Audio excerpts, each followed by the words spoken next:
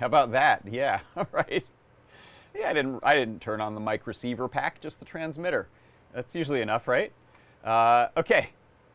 All I said was really hello and welcome to the show. Thanks for popping by. Thanks for people jumping over in our chats. Let me know if that level is okay. I again was noodling with things. It looks like it's a little low, but I don't want it to clip either. So yes, hear me now. That's good. And yes, everyone practicing your lip reading skills. I appreciate it. So hello to our chatters. This is John Park's Workshop. We are here. You are here. Over in our YouTube chat, we have lots of people. Hello to Robert Cochran and Beata Graf of Hagen and Dave Odessa and Johnny Bergdahl, Magic Dan TV, Vincent Colombo. I think that's the crew over there. And people letting me know when the audio wasn't working, and I appreciate that. If you're looking for the other chat, it's over here on our Discord, and that's at adafruit.it/Discord.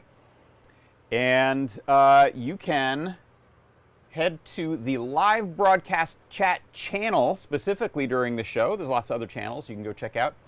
Hello to Andy Calloway there, and Starman, John Nodge, Tyeth, Andy Calloway again, Thin Man, Johnny Bergdahl is there, and Paul Cutler, hello. Thank you all for jumping in on the chat.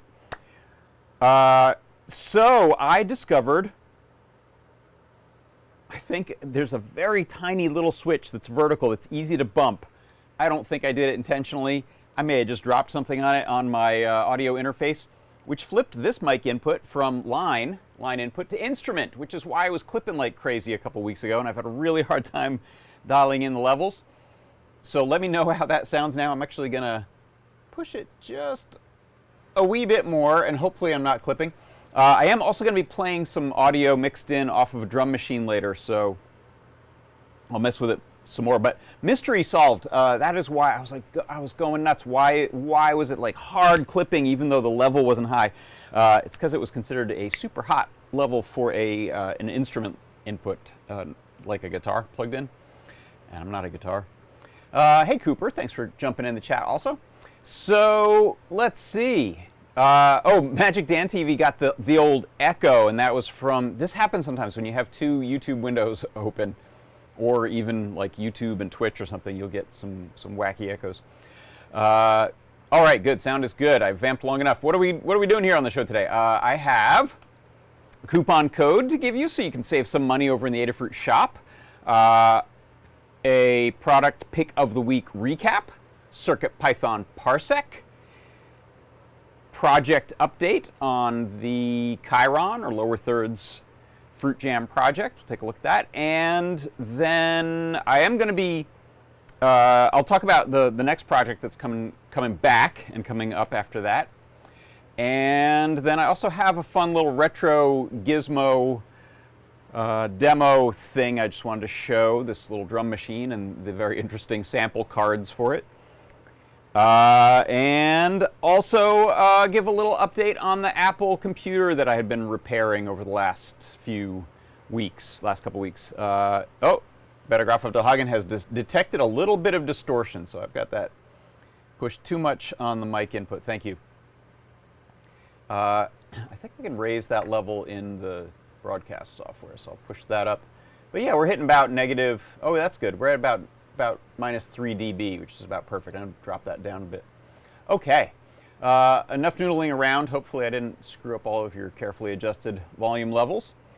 So let's start with this right here. If you head to Adafruit and want to buy some stuff and save 10%, then this is what I recommend. Use this coupon code. It is VidCap. Oh yeah, that's another thing. I'm going to talk about a little VidCap thing. I showed a bit of a preview of it last night on Show and Tell. I'll talk a little bit about that and show you some demos. We're packed, chock full of stuff today. So just had some cold brew coffee. But if you head to the Adafruit shop, that right there, and you want to save 10%, then your coupon code is VID-CAP, like video capture, VidCap. Head to the shop. Anything you see here that's real, that's physical, that we can put in a parcel and get to you, that is all fair game for the 10% off, which is to say you can't use it on gift certificates, subscriptions, or software. I don't know if we still have any software licenses, but I've been saying that for like 8 years now, so I'm kind of in a bit of a habit of saying that.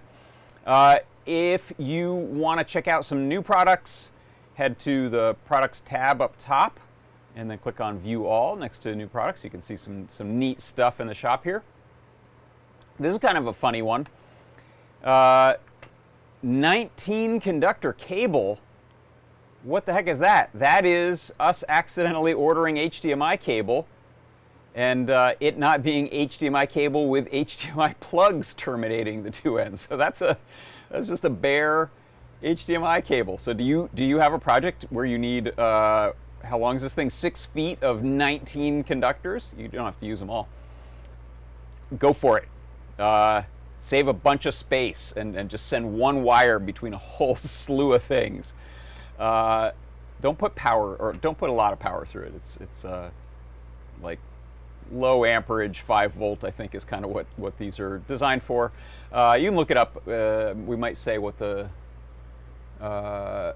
diameter is on the wire, or you might have to do a little bit of math on that. Yeah, I don't think we say. Anyway, that's 95 cents, which is quite a bargain, but for you can save another 10%. So that's basically free wire. Go buy them all up. There's no limit. Put them all in your cart. We have at least 100 of them. I don't know how many. Also, this right here is in stock, the fruit jam. And I'll be showing fruit jam, doing some stuff with one. I got one right over here, locked and loaded.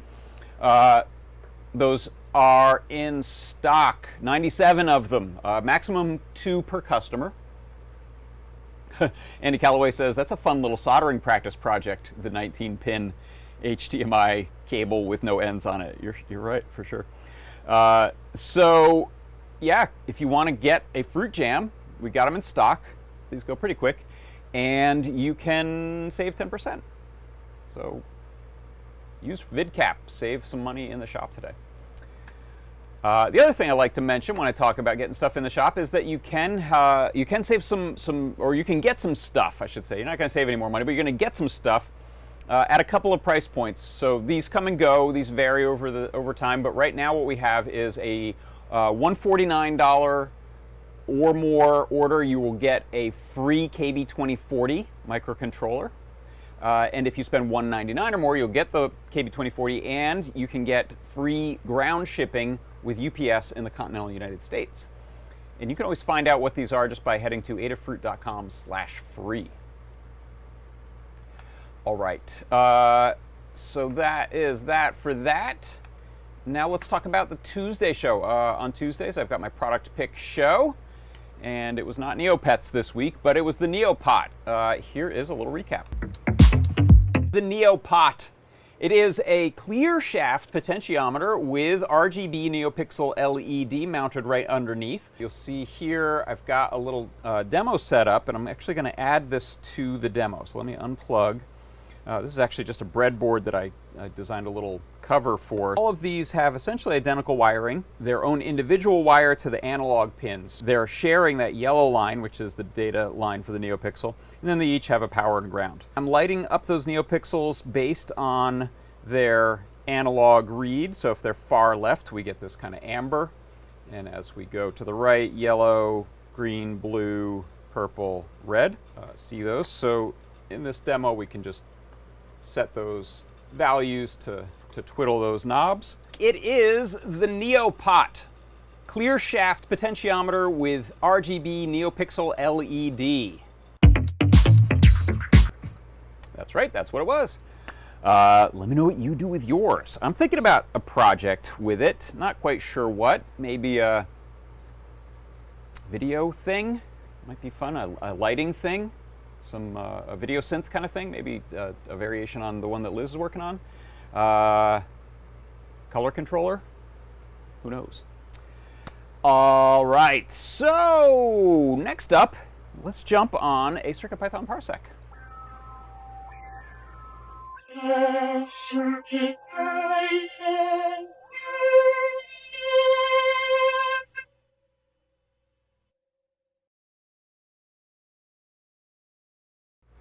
Okay, in the continuing saga of our Space Invaders knockoff here, I wanted to talk about, I'm going to refire this up here.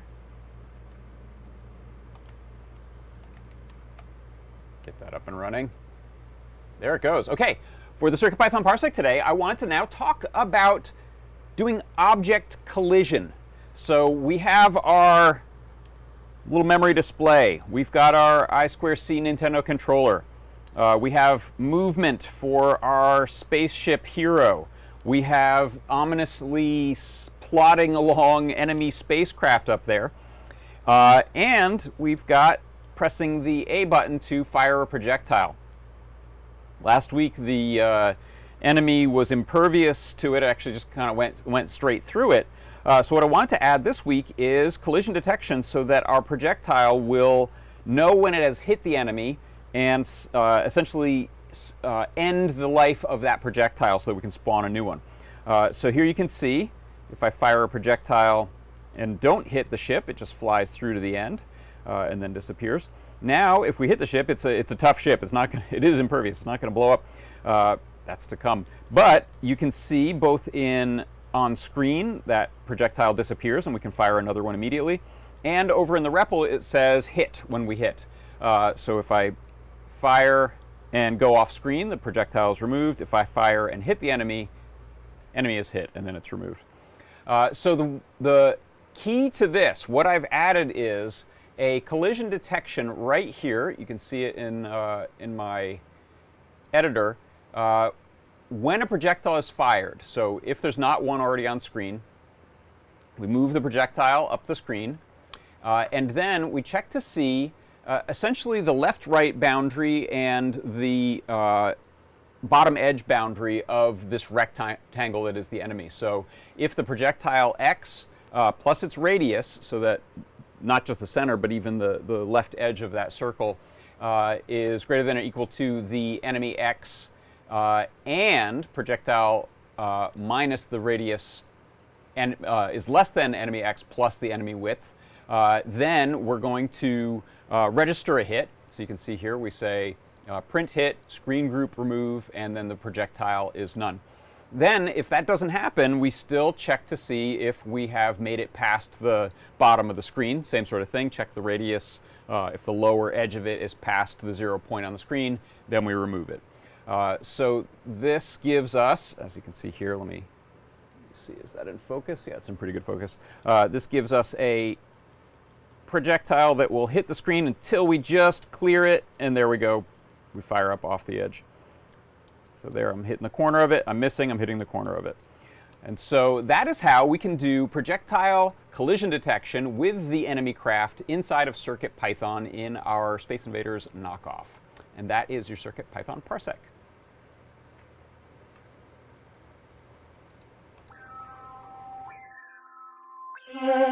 CircuitPython Parsec.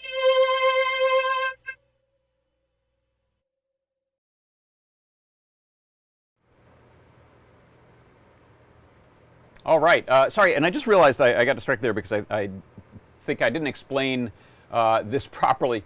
Let me say this again. So when we're checking for the collision between the projectile and the enemy, we're checking the X position of the projectile as well as the Y position. So we want to see, are we within the bounds of the left side or the right side, taking into account the radius of the projectile and the position of the ship and the width of the ship, as well as the height of it at the bottom edge. So if all of these conditions are true, that means we have a hit, which says if I am at the height of it but not at the horizontal position, we haven't hit it. And if I am at the proper X, we don't hit it until the projectile reaches the proper Y.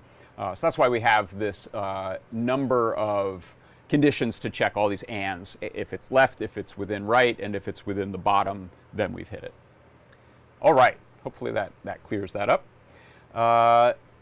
Okay, so next up, what have we got going on? I'm just going to check the chats. Robert Cochran asks, I'm curious, why did you pick the Feather RP2350 for the Neopot's demonstration? It was convenient. It was sitting there. I had one, and I had soldered header pins onto it because I wanted to plug that into the breadboard. We're talking about this demo from Tuesday. So no particular reason. These Neopots, just the way I use them in this demo, just need 4 analog inputs. And the RP2350 has 4 analog inputs, as do almost all the microcontrollers that we use. So this could have been a RP2040, could have been an M4, could have been NRF52840, could have been an ESP32S2. Any of those would have worked for this. So we just needed 4 analog pins and 1 output pin for NeoPixels. It was just there. It was convenient.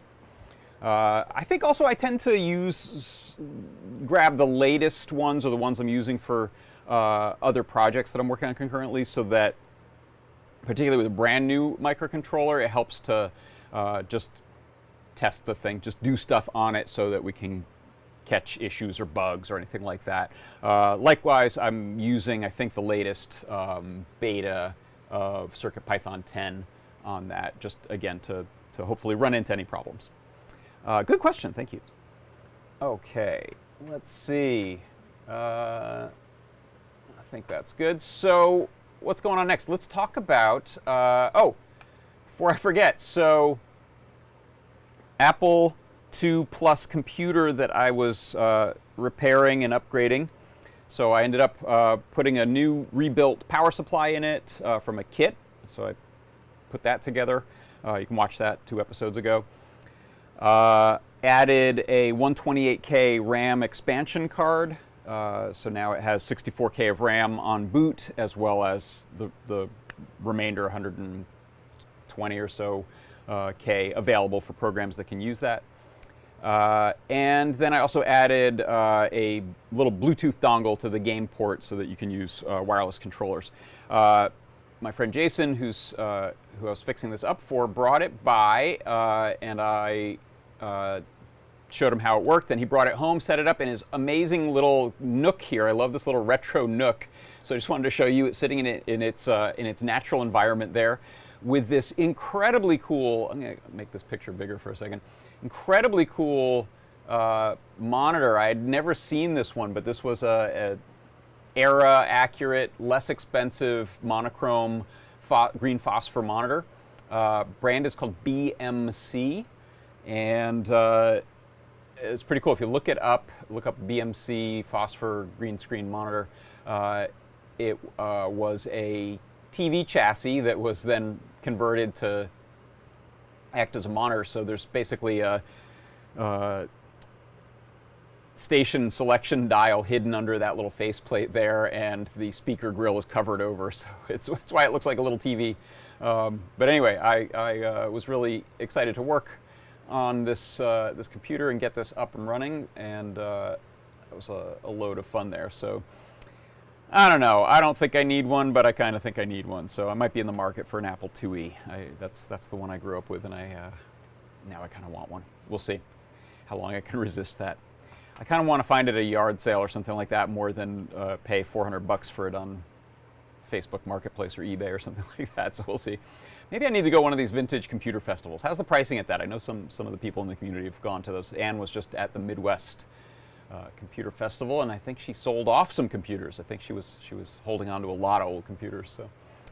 So, okay, so next up, let's talk about video capture as well as the Fruit Jam Chyron project. So, if you may have noticed during.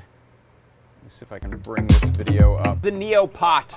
It is a clear shaft potentiometer with RGB NeoPixel LED mounted right underneath. You'll see here I've got a little demo set up, and I'm actually going to add this to the demo. So let me unplug. Did that do it? Yeah, okay. So I think you can still hear me and not second me from 2 days ago. But if you look at this video here, which I don't have good controls for scrubbing through the way I'm showing this right now, towards the end of this, at the bottom, you'll see I pop up a little lower third Chiron, it's sometimes called, display. And it will show the product name as well as the sale price or current price of it and the stock count. So anything in the Adafruit shop, you can go to adafruit.com/product/API and look it up. It's a huge JSON file. And the there you see it at the bottom right there. I don't think I can pause either, but if you see right there. So that's real time. Stock right there was 71 of them in stock. Let me get that off of there.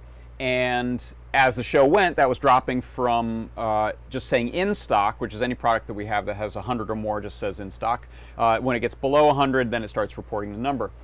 So that was not something I could really do inside of my broadcast software. So I use Wirecast, but if you use OBS or StreamYard now, people are using, unless there's a API for writing your own plugins, it's not straightforward to have your own formatting on live data that you can scrape from somewhere, a live data source, which is sort of what a Chiron is. Often, and I'm using the term sort of loosely here, and it's sort of a Kleenex situation. It's a generic term for a product, actually a company called Chiron that made this little lower thirds banner text and graphics generator software going way back into the 70s, I think. So anyway, I'm displaying this this little Chiron here, and I'm able to format it the way I want, make some adjustments to it, and superimpose it over my screen. And I'll show you a live demo of that in a second. I'll have to update this Fruit Jam with that software because I want to show something else first. The part two of this is that how do you capture that? So I have some fairly high quality, expensive HDMI to USB 3 converter boxes which makes sense for me because I do this for a living. But if you just want to capture your HDMI stream off of something like the Fruit Jam, it turns out you can use this little guy here. Where'd it go? Oh, I think I lost it. Let me bring it up. HDMI capture. You can use this little $20 gizmo and it works great. It's a, where is it? Did I just lose it? Do I have it plugged in? I do. I have it plugged in. So I'll demo it in a second, but let me pull it out of my USB hub. I've even got it going through a hub and it manages. So this thing right here, it is just USB socket on one end HDMI socket on one end and USB-A on the other. Plug my HDMI cable into it, and then they always say don't plug these things into a hub, but I did and it works, so I'm not going to question it. This hub is hard to get to though. Come here.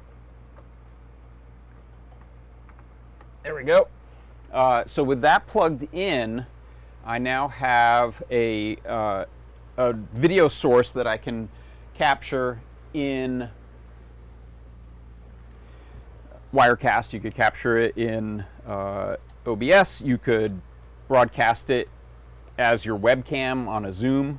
You have all kinds of options. So I'm gonna take my, let me show my down cam here for a second. I'm gonna take my Fruit Jam. And right now I have the PicoNES on it, but I'll update that with the Chiron software in a second. I just have one Fruit Jam in active service right now. So this is the HDMI cable that's plugged into that USB little capture dongle. And I don't know, I kind of wrongly assumed that it would be a fuzzy, unsatisfying image given that it's $20, but check this out. I will bring this up.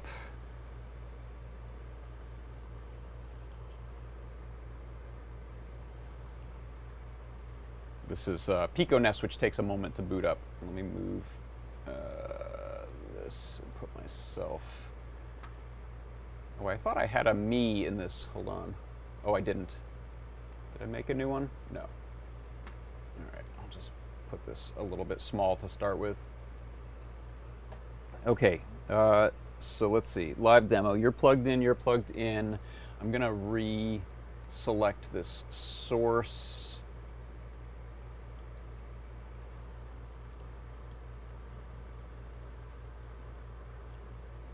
Power this on.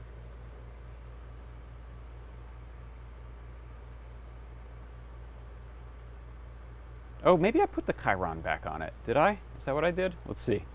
Let me press these buttons. And no, this should be PicoNES. All right.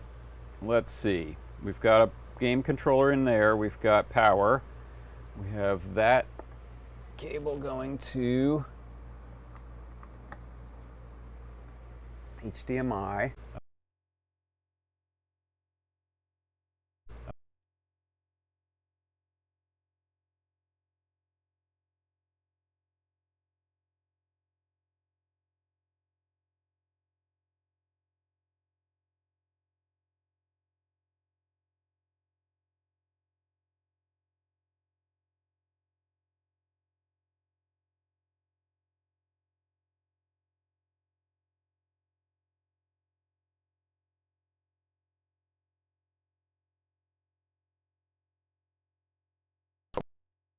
Outputting HDMI at all. So I'm gonna pull a camera. I'm gonna pull my main cam, and I'll have to fix that later.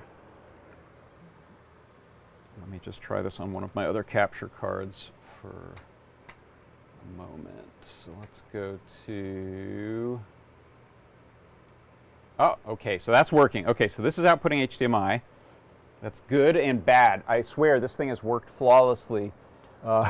This little HDMI dongle has worked flawlessly right up until now. I'm just going to switch which plug I'm using because that may have been what I was doing before. So yeah, here, HDMI in. Let me just triple check that that's the cable. That is. Plug you in there. You in there. And give you power from there. Oh, okay. It's aware that that's what the dongle is displaying right now. Let's go pick it again. Replace layer, video capture. Yay! Okay, I don't know what that was about, but there we are. So this is PicoNES. And also just for fun, instead of the little SNES controller USB I've been using, this is a PlayStation 4 DualShock. These are also supported. It's overkill, but you've got the D-pad and 2 buttons and select and start, so that'll work just fine. Oh, sorry, I didn't push that to you. Here we go. Now you can see it. So I'll make that nice and big. Just put me in the corner there. So there you can see it's able to capture. Let's pop on Ninja Gaiden. Load that up. If you hear any audio, it's just going to be off of the little built-in speaker on the Fruit Jam. I don't have the audio stereo out, headphone out, plugged into anything. But there you can see it looks great. Really impressed. And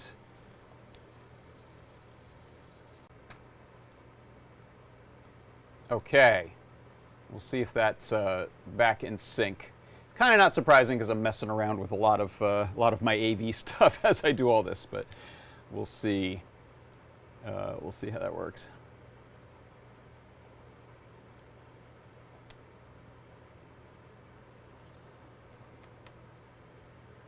So let me know in the chat if my sync is back. Oh, good. Thank you, Paul.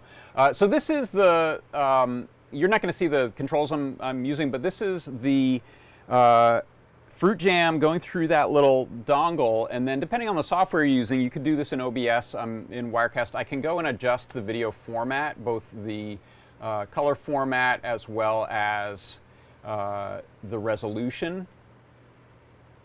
So I'm going to change this to be 720 480 and push that out. So now we get a circular circle. This is what this app you show me using is for. Oh, my little video froze there.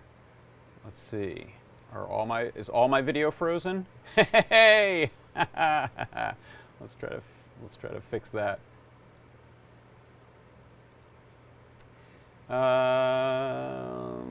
That should be okay. What did I break? Test. There we go. Sorry about that. When I was making changes to what I thought was my capture video, I was actually changing my FaceTime camera. Okay. So there you can see this is what this app is about, is testing your geometry, convergence, colors, things like that on the output. So anyway, that means we've got, you saw it was stretched before, but now I've got this fixed. I can go back out and play a game. We'll bring up Mario, because that's always, we all know what that looks like.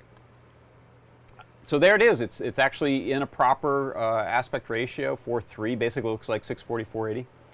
And we can capture that, play that. Right off of the HDMI capture dongle. And you can see I'll immediately get squashed. Oh, I made it. So there you go. What I'm going to do, I'm going to turn that off. So that's this HDMI capture card just shows black when it has no signal coming in. So what I can do now is update this. I'm going to go to a down view for you. So I can update this to have the Chiron software on it. So I'm going to unplug my little PlayStation controller, get that out of the way. All right, if I'm still in sync, video and audio, that's a miracle. Hopefully I'm not echoing and doing weird things yet, but let me know. And So, oh, let's see. Did I get reconnected to chat? I'm just going to type in test. Yes, I'm back. Okay. So what I'll do is power this on and then hit button 1 and reset, which will put the Fruit Jam into bootloader mode.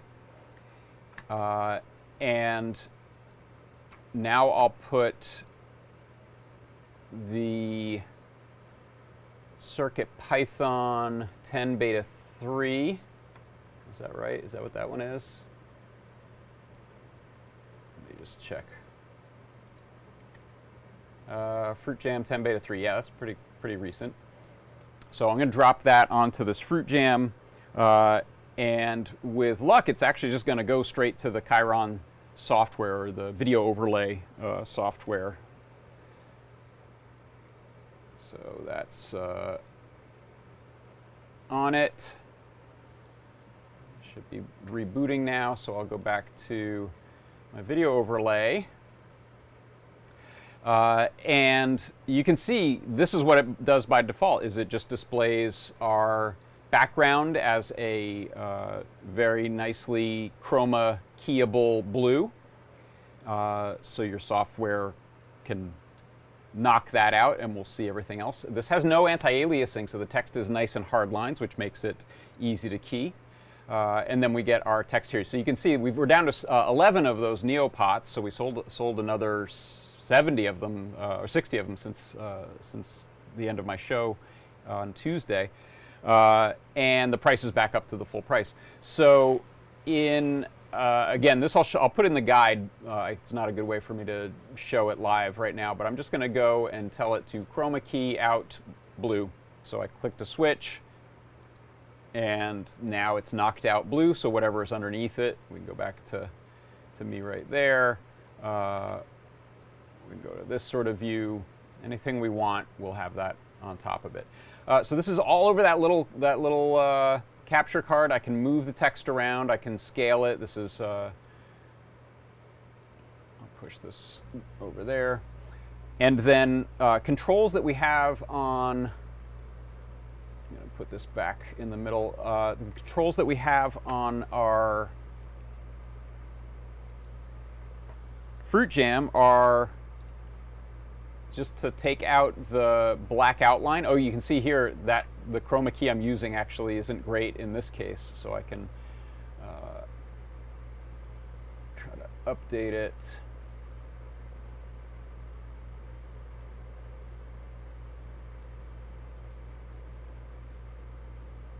It's a little better, so that'll look better that way. Do you see that? Yeah. And then I can press that button again. It'll move it up to the top, and press it again. It'll add that black outline on it, which I like because that means if it's over light stuff, we'll still see the white there. So that's probably the neatest way to do it.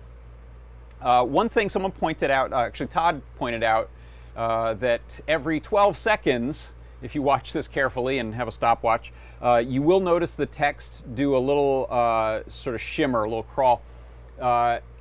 This is the interval on which I'm checking the API right now, which is pretty fast, but I wanted to keep this thing up to date with the stock count as close as we could. When it goes on the ESP32 Wi-Fi coprocessor, Airlift coprocessor on here, checks the web, it causes a little bit of a conflict with the HDMI or DVI video out over HSTX. So you'll see a little shimmer there. Previously it was blanking the screen, so it would just go to black, because since we're telling it to chroma key blue out, the whole screen would go black, and then that was no good. Scott, I believe it was, worked on that with Tim to get that sorted out. So it's actually working really well, but we do have that one little caveat right now, is that it's going to do a little, every time it updates, you're going to see a little shimmer of the text there. It just blinks a little bit. But that has nothing to do with the capture card. This, again, this is over the $20 capture card and working great. So that's my Thursday product pick for you. It's not on sale, but I really think that card is great. I will point out a note from the chat over in Discord. Cooper said, my recommendation with these basic HDMI capture devices is to get one with an HDMI pass-through. So depending on your software, you can get a significant amount of lag, which makes it difficult to test certain applications. So I'm only with this card able to see that which shows up on my computer through USB, so that can have some lag. So a lot like my real capture cards I use, the Magewell ones, those have a sort of lag-free pass-through so that the signal goes right to a monitor that you can be watching, and then you have the captured one, which could be on some amount of lag. But again, this one's not terrible. I was just playing Mario through that and actually jumping accurately, so I'm impressed. And that's on USB 2.0 through a hub. Who knew? I don't know, Cooper. It's a good question. There were some asking about the ESP32 SPI bus conflict with the STX. I would have to go back and look for that issue. It's a CircuitPython issue, I believe, and it may be documented elsewhere. I'll ask Tim and Scott what that's related to. I can't remember. Okay, so that is some Chiron-y stuff. I think I can unplug that. Turn that off now, set that down. Okay, so did I forget anything? I think that brings us to the last thing, which okay, upcoming projects. So this is actually one that I brought up to a certain point and then put it down to do some of these Fruit Jam projects, but I'm going to be coming back to ESP Now juggling balls. So you might remember that from about a month or so ago. So that project's coming back as soon as I write up the Learn Guide for the Chiron thing. I'm going to do the juggling ball guide. So that uses, I believe, in the end, what I'm going to be going with are ESP32S3 Cutie Pies. They will talk amongst themselves with ESP Now, which is this very fast sort of hubless protocol. They'll tell each other things. So each ball will have one of those that can use a accelerometer board that I'll have on there to let us know when a catch happens. So it'll do sort of a tap detection and send that info to a fourth, probably a feather connected to the computer, a fourth gizmo that will trigger MIDI stuff. So BLE MIDI can be kind of slow and laggy. So this instead is going to be ESP Now right to the feather, which is then USB MIDI, so I'll be able to do some sound-based stuff and also some lighting stuff. So I'll do some NeoPixels inside of the juggling balls. So all of that is coming back. And very tangentially related to that, since I said the word MIDI, let's talk about this gizmo. This is a drum machine. I'll stand here for a second and talk about it. So this one, actually not sure. I think it was about 1985. 86-ish. It is a Korg drum machine, and it is sample-based, so it uses 25, I think, built-in samples that you can pick from to fill 8, or is it 10? 1, 2, 3, 4, 5, 6, 7. So 14 sound slots. There's A and B for those big buttons on the bottom that you can tap. Really great drumming buttons. And they use little PCM samples, and it sounds very 80s and awesome, I think. I've played around with it a bit. It has a built-in sequencer that I've not mastered, but it's also MIDI triggerable, so I've just plugged it into a computer and triggered it over MIDI that way. But the thing that I hadn't messed with until recently is how you get other sounds on it. So there was a DDD1, which confusingly was kind of the more professional model, which had onboard sampling, so you could sample to some available RAM. The DDD5, the only way to get new sounds on it really, other than maybe through cassette, is through these little peripheral cards that you could buy. So this one right here, show this in the down shooter here, that is the Symbol 4 memory card. And you can see here it's got a little finger connection that plugs in, supplies power to this, and then reads the audio sample files. This one has 2 files on it. These cards could have, I believe, a maximum of 8 files, and if they were longer, bigger, then they were going to put fewer of them on the card, I think was the thinking. So these must be long ride chip and a ride cup symbol. It says they're rude 22-inch cymbals that were sampled. And if you plug this in, you can then assign those two. That's it. That's what you get. I don't know what these cost at the time. I think maybe I read somewhere they were in like the $20 range to add a sample, or $25 range to add a little sample card like this. They are, I think, fairly hard to come by now, so people sell them for ridiculous amounts of money on Reverb. Some of these they start at $50 and go up to like $125 for these little add-on cards, but pretty cool. So what I wanted to do, I'm gonna just do a little bit of a demo. Yeah, so Todd says the card contains a whole 64 kilobytes. That's what you get, and you're happy about it. So I'm going to head over here, and as is custom, I'll open up my Discord on my phone so I can keep track if the audio goes haywire. And just let me know if the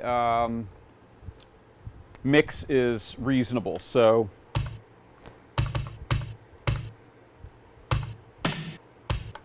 uh-oh, I have a very tenuous connection to the monitor I can hear, so now I don't hear that anymore. You hear it. Yeah, if I drum on this hard, I wiggle that connection. Okay.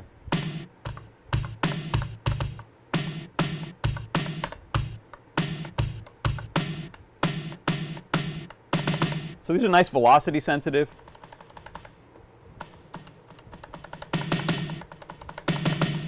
And so you get these, what did I say, it was 7?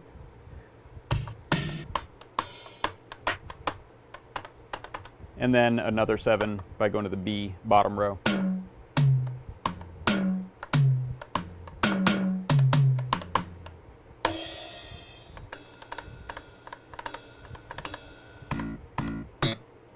And these basses, come on, it's like straight out of Seinfeld.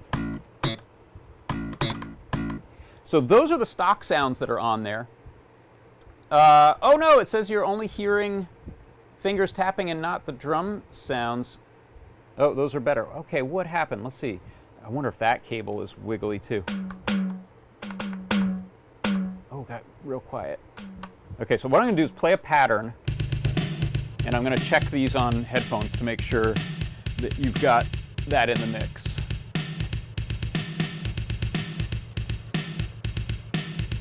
Yeah, okay. So I think you should be hearing a decent mix of me and that drum pattern right now, right? And hopefully that could be a smidgen louder. Okay.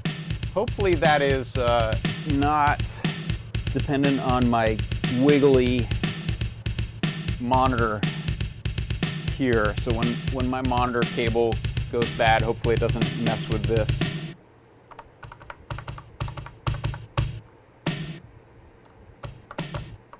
Oh yeah, and you're also saying the buttons are super loud, so. Okay. So this thing is wild. It's got the weirdest feature is this faceplate that comes off, and it shipped with 2 of them. One was when you're in this programmable mode. And then if you switch over to the preset mode, which you do a lot, you were supposed to switch this out, which is ridiculous. So like this whole interface is wrong. Most of these things are not going to do what they say as soon as you hit 2 buttons and switch the mode of the machine. It has 2 modes, which is wild. Some of the sound cards also came with their own, so that the names of patterns, I believe, would be new. So these cards, the ones I have are mostly sound samples. This one's called Rock 4 Hydraultic. It has 2 bass drums, a snare drum, a hi, a mid, and a tom. 3 cymbals, 4 bass drums. This is a RAM card you could write to.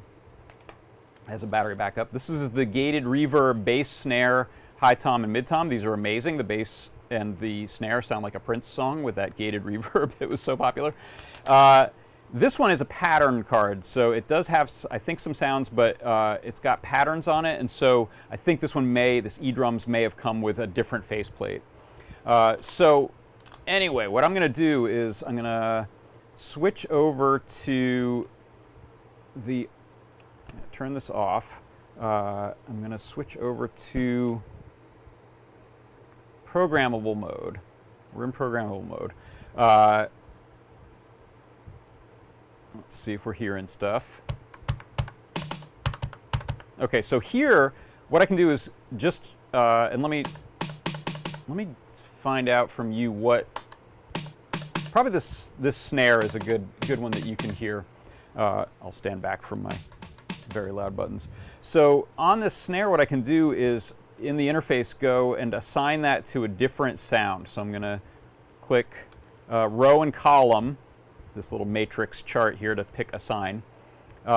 Say which instrument I want to assign, which is going to be this second button, which is a snare by default.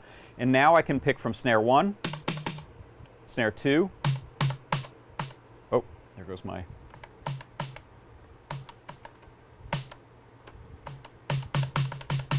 and snare 3.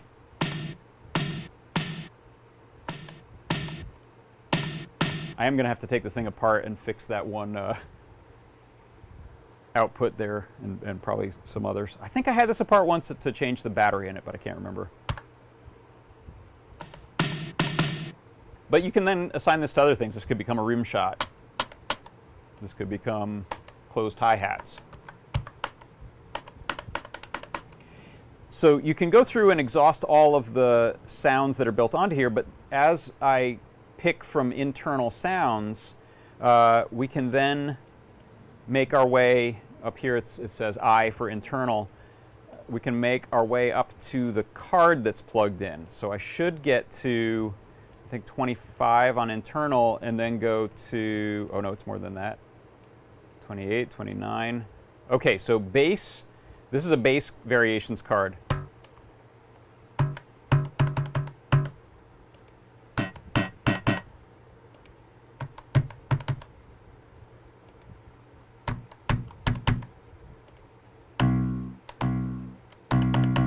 So now we've got basses, and you can, even though the machine isn't really configured that well for it, you can tune those. So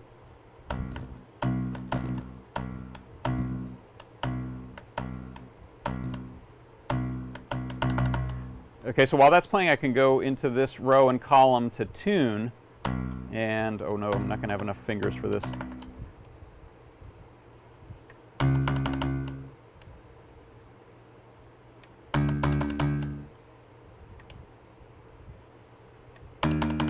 So this is just changing the sample playback rate, which is like 27,000 something. So this just changes the sample rate so that you can get different pitches, and it actually sounds pretty good. And then we can dump it all the way down. These were sampled at whatever their baseline is actually pitched up 64 in normal use. So this starts, I believe they sample at 0 and then bring it up to 64, and then it can go additionally up to 128. So that's really inconvenient, right? Except if you're programming it, you could go and pick some notes. However, I have not gotten this to work yet, but I believe in MIDI, the weird-ish MIDI implementation is that there is a sort of middle part of the keyboard plays the different 29 or whatever sounds. The lower end of the keyboard is used to adjust parameters like decay and panning and stuff like that, a level. And then the far end of the keyboard is this tune thing that you saw me just using a button for. So all this stuff, that can be MIDI notes that are played simultaneously. So playing the bass and saying which pitch it is. So that's something you'd program or sequence, not something you'd want to play yourself probably. It's a little bizarre. It's like trigger it and pitch it. But anyway, kind of, I think, a little bit pre-MIDI CC for some things. And it is a drum machine. It's not like intended as a sample playback for instruments as much, other than some of these bass things. It's mostly about drums. So if I turn this off, unplug card, those are gone now. I no longer have slap bass, synth bass, all those ones I was just playing. It tells you what key their sample is in, by the way. And then we could go in and pick from some cymbals and stuff. There are 2 slots in here, so you can have 2, and I believe you can write if you have your own like batch you're using for a song, you can write them to this 128K RAM card, which is cool. I've seen online a couple of efforts over the years. There's a German company who makes a card that has ginormous amounts of storage and a little touch interface with a display. So you can, if you're really wedded to this, you can get like $150 add-on to be able to pick a bunch of samples. Or you can use a much more modern sampler, but this one is pretty neat. I dig it. Cheapest one I've seen online is maybe $75 if you look around eBay, or Reverb if you're dying to get a funky old drum machine. This will do it. Last thing I'll do, slappa de bass man. Last thing I'll do is, let's see if I can get it back. Sometimes it loses its patterns. So let's see. It has lost the pattern. So I'm going to restart and factory reset the programmable side.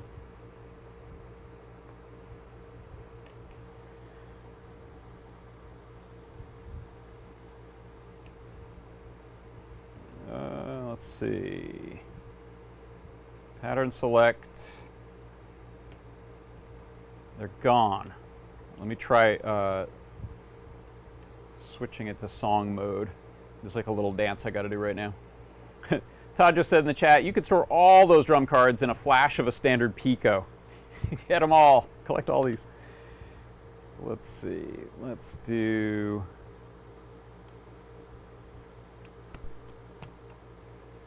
reset it in preset mode, maybe.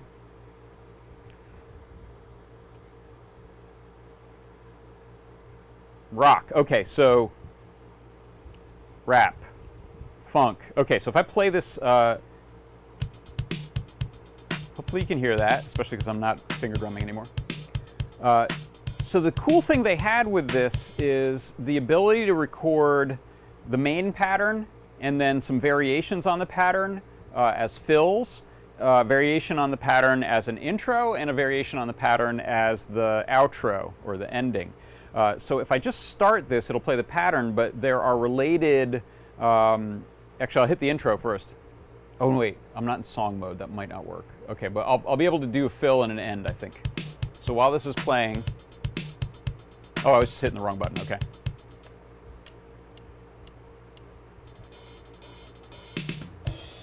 Right, so that was just a separate pattern that you program with the clunky pattern programming on this. And now, mid-play, I can do a little fill.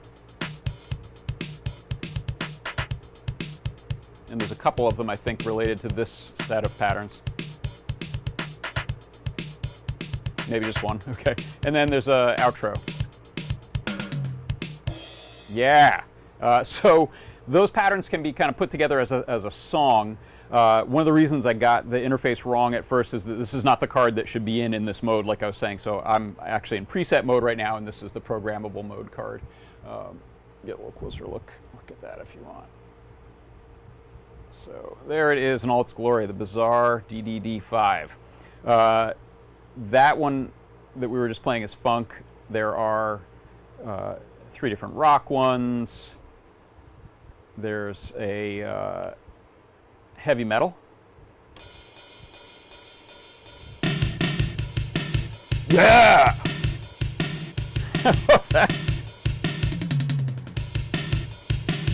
All of those, by the way, could be played with different sound samples. So that's using some of the built-in ROM in here, but you can swap out different sounds for those. So there you go. There's the DD5. If I do anything with it, it may be to try to look at some of the, I think there are some files out there people have made of PCBs if you want to use like an EEPROM on here and see could that be a Pico be grafted into that or something like that. Could be interesting to feed it PCM sample files. All right.